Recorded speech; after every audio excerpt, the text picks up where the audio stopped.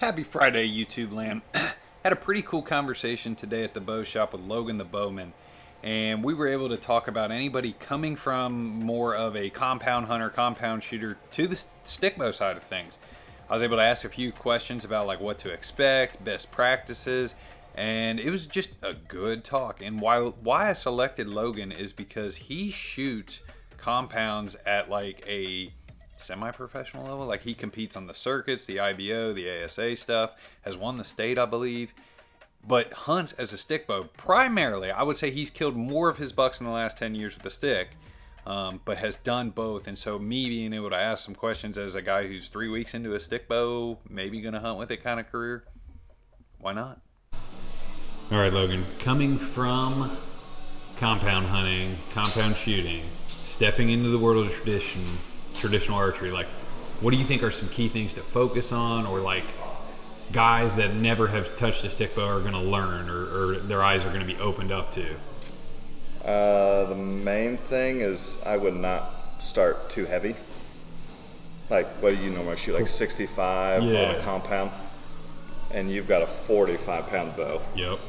And what did you say when you first drew it back? Oh my gosh, I was so shaky. I was a spaghetti noodle arm out there. Right.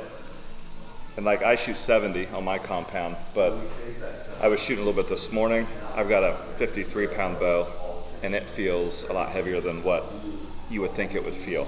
So ideally, you do not want to start too heavy. You want to be comfortable, because if you get the full draw and you're thinking, oh man, this is really heavy, and that's all you're thinking about, instead of going through a shot process or trying to focus in on what you're trying to hit, it's not going to help you at all. So I would start out with like 40 to 45 pounds for most guys.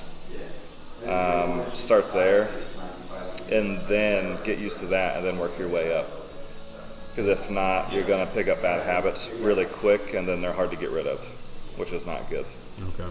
What about carrying something like so big like that was something I feel like I might get my eyes wide open, that I've got this 60-inch limb-to-limb bow, if you will, used to carrying something maybe 33 inches. Right. Yeah, you just got to pay attention to your surroundings a little bit more. When you're setting up like a stand setup or a saddle setup, whatever you're using, you just got to be a little bit more cautious on shooting lanes and around you.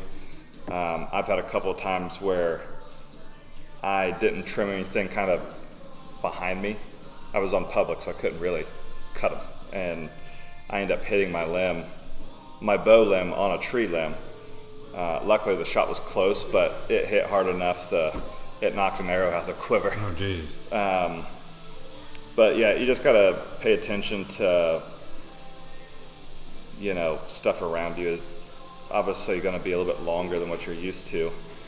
And then carrying them through the woods, I don't know. I mean, I get caught up every now and again on limbs and stuff, but the benefit is they're usually a lot lighter than your compound setup. So you're not carrying around 7 or 8 pounds. You're carrying around 3 to 5 pounds, well, probably like 2 or 3 pounds. Yeah.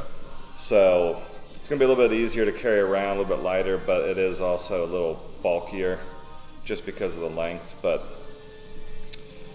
it's something that if you practice, like stump shooting, I do a bunch of stump shooting in the winter and the spring and summer, where I'm just walking through the woods shooting at stumps, leaves, whatever with a blunt point.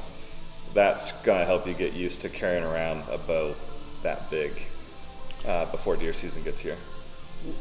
Something I've noticed is how much consistently shooting is helping me versus the compound, dude. It's I'd shoot it on the weekends in the summer, maybe a few arrows during the week once season gets close, and then you and I talked on the phone yesterday. The quality of arrow is still very important, even though this thing is a speed shooter. Yeah, you want to, with this, you've just got to, especially if you haven't shot one hardly at all, you've got to shoot this way more often than you would your compound. Like you said, a compound, you can shoot it once a weekend, twice a weekend, and be okay most of the time if you're not just starting out.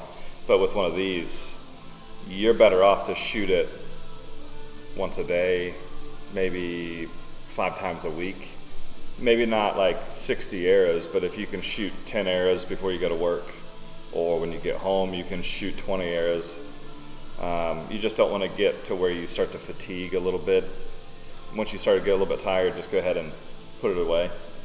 Because if not, bad habits will start happening. You'll pluck, it'll start feeling heavy, you'll start collapsing, letting your bow shoulder raise up like this, and then you're holding with a bunch of muscle instead of bone on bone. So I would just start out lighter poundage, get as many reps in as you can without getting tired, and then just shoot as much as possible. Okay. So, and don't go past where you're comfortable. I mean, maybe a few shots here and there, but I would focus on 20 and in until you dial that in and feel really, really good. And then maybe jump back to 25 and see what happens. But I'm usually, with my stuff, my point on is about 30 yards. I very rarely shoot past 30 yards. Okay. So let me ask this first year I'm picking up the stick.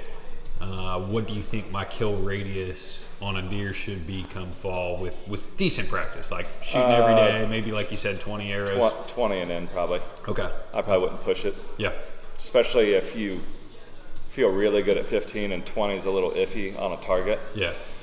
20 on a deer is not going to feel good at all probably. Okay, so ramping up to 15 is a decent goal, and 20 is like the moon, if you will, for myself. Maybe, yeah. I mean, I'm sure you'll get there pretty quick, but it just depends on how much practice you're getting in, which sounds like you're getting a good amount in, which is good. But I pretty much go with my gut on most shots on live animals. I've had deer less than 20 yards, and for some reason my gut's telling me it doesn't feel right. Mm-hmm. And if I try to force through that, it usually never ends up well. But I've also had deer, one of my bigger deer I killed out at 38 yards. I didn't realize he was that far. Just my gut feeling was like, oh yeah, that's the deer I came in here for. He's here, has no idea I'm here, broadside. I made the shot. After the shot, my arrow was sticking in the ground. I ranged it and it was at 39 yards. And I'm like, oh crap, that was a little bit further than I thought he was. I wouldn't shoot like that every day on a deer, but it's just gut feeling. You got to kind of trust your gut to a certain point. Cool. So, well, good deal, Logan. I appreciate your insight, and we'll get this thing set up and get to shooting. Sounds good.